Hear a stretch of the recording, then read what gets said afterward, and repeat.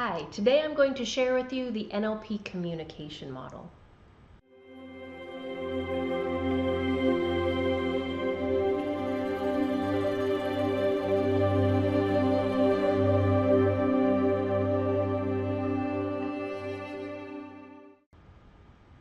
Have you ever wondered what is it that makes my world, and how do I end up with the behaviors that I have? How do I communicate in the way that I do?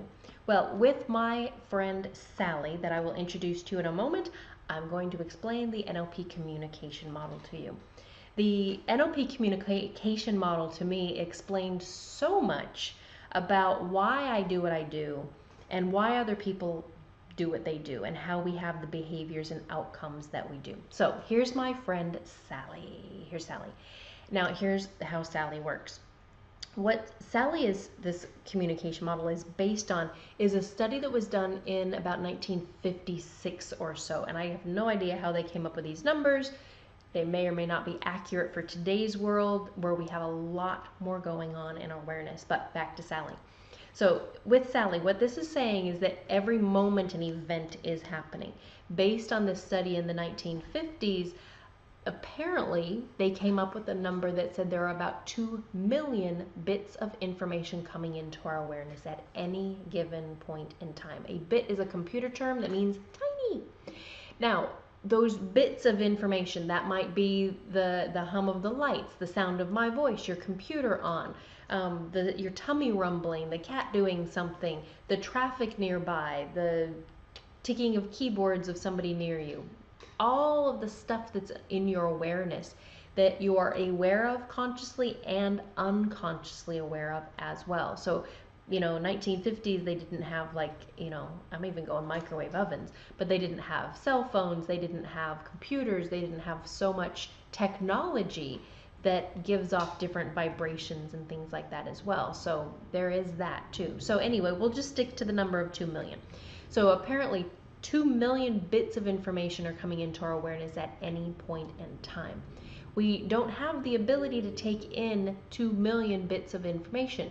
What the study said is we can take in 134 of those bits of information, and the rest of it just kind of scatters. We drop them. Now, what we do in order to even gather those 134 bits of information is our unconscious mind. That's the non-thinking part of your mind, or subconscious mind. Your unconscious mind is responsible for storing all of your memories, being the domain of your emotions, running your body, keeping the blueprint of you healthy, whole, and it ultimately runs you. This is where all of your patterns of emotions, behaviors, and thoughts and beliefs are stored. This is in essence you. Your conscious mind thinks that sometimes it's in charge, but really it is your unconscious mind. Those memories, the beliefs, the patterns, our history, who we are, where we come from, our beliefs, these are what we call our filters. And those filters are unique to you. You have your own history and your beliefs and what makes you tick. You have your own communication style. You have everything that is uniquely you, and that's what you filter the world through. So through your filters, that takes those 2 million bits and pieces that are around us and filters it down into just those 134 bits. Then our mind does something magical. It starts to distort, delete, and generalize all of that information and to make it fit for who we are. So we distort, delete, and generalize information. To me, this explains very much why my friend and I can be talking about the same party we went to, but have completely different opinions, memories, concepts, and likes and dislikes about the same event, because we filtered it differently and we've distorted, deleted, and generalized differently. The moment that this happens, we create a movie in our mind. This is our internal representation. So that movie in our mind, we see it, we hear it, we feel it, we think about it, and that creates that sense of, again, who we are. Automatically, that leads us to a state. A state is a mood or an emotion, which leads us to a physiology, which is how we hold our body, and that outcome is our behavior. So the outcome is the behavior. So all of this, from coming to the communication model with Sally, This is how we do what we do. We filter information, we distort, delete, and generalize it. That creates a movie in our mind, which gives us a state, a mood, or an emotion, leads to a physiology, and the outcome or the output, which is our behavior. With NLP, we have so many techniques and tools that work at each of these areas of the communication model.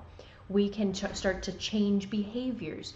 We can alert ourselves to our physiology, make shifts to our physiology, change our state, change the components of the movie that's in our mind. We can uncover what's been distorted, deleted, and generalized.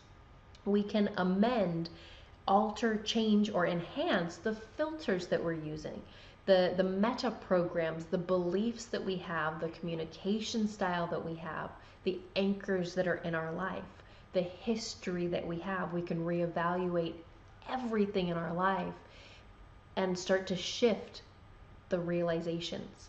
We can start to change some of those concepts about what we're bringing into our world, so that if there is something that is sparking an unresourceful pattern or habit or outcome, we can start to track within the communication model where we need to be playing. Is it in the states, the physiology, the movie that's in our mind? Is it in the filters? Is it how we're distorting, deleting, and generalizing our world? And when I'm teaching NLP, most of the time I'm coming back to Sally time and time and time again to share with my students where in the communication model we are amending, adapting, changing, or reframing the mind. So this is Sally, and this is the NLP Communication Model. If you have any questions that I can answer, please let me know. And if you haven't yet subscribed to the YouTube channel, please do. I'll see you next time.